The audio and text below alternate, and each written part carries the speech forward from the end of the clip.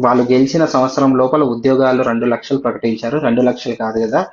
1000 ఉద్యోగాలు కూడా వాళ్ళ సొంతంగా ఇప్పటివరకు ఇచ్చింది లేదు. అండ్ ఇంకొకటి, ఇప్పుడున్న స్కూల్స్ దాదాపు 27,000 గవర్నమెంట్ స్కూల్స్‌లో నుంచి 23,000 గవర్నమెంట్ సింగిల్ స్కూల్ టీచర్స్ ఉన్న స్కూల్స్‌ని తీసేసి అంటే ఎవరు పొట్ట కొట్టాలని చూస్తున్నారు? అంటే ఇక్కడ టీచర్లు మీరు 4,000 స్కూల్స్ పెడతా అంటున్నారు. ఇంటిగ్రేట్ చేస్తా అంటున్నారు. క్లస్టర్ పద్ధతిని తీసుకొస్తా అంటున్నారు. దేనికోసం తీసుకొస్తారు సార్ క్లస్టర్ పద్ధతి? ముందు మీకు ఉన్న స్కూల్స్‌ని అక్కడ డెవలప్ చేయడానికి చేతగాక మీరు ఈరోజు స్కూల్స్‌ని మూసేస్తా ఉన్నారు. ఎందుకు స్కూల్స్‌ని మూసేస్తున్నారు అనంటే ప్రైవేట్ స్కూల్స్‌లల్ల దాసోహం అయిపోయి ఉన్నారు అందరూ కూడా.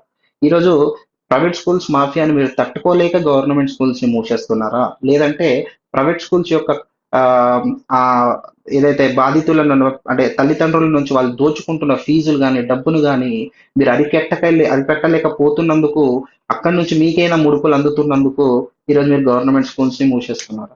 దేనికోసం? రేపు మీరు 27, 23,000 స్కూల్స్‌ని మీరు మూసేస్తే ఆ టీచర్లు ఏం గావాలా? ఎంతో కష్టపడి చదువుకొని ఎంట్రన్స్ ఎగ్జామ్స్ రాసి, టీటీసీలు చేసి 10 రకాల ఎంట్రన్స్ టెస్ట్‌లు రాసి, చదువుకొని రాత్రనక పగలనక పిల్లల్ని ఇడిచిపెట్టి, భార్యాభర్తలందరిని ఇడిచిపెట్టి, వాళ్ళొచ్చి కష్టపడి చదువుకొని ఈరోజు జాబ్ చేస్తున్న వాళ్ళ పరిస్థితి ఏంటిది? మీరు కొత్త ఉద్యోగాలు ఎలా కల్పించరు? కనీసం ఉన్న ఉద్యోగాలను ఎందుకు ఊడగొడుతున్నారు?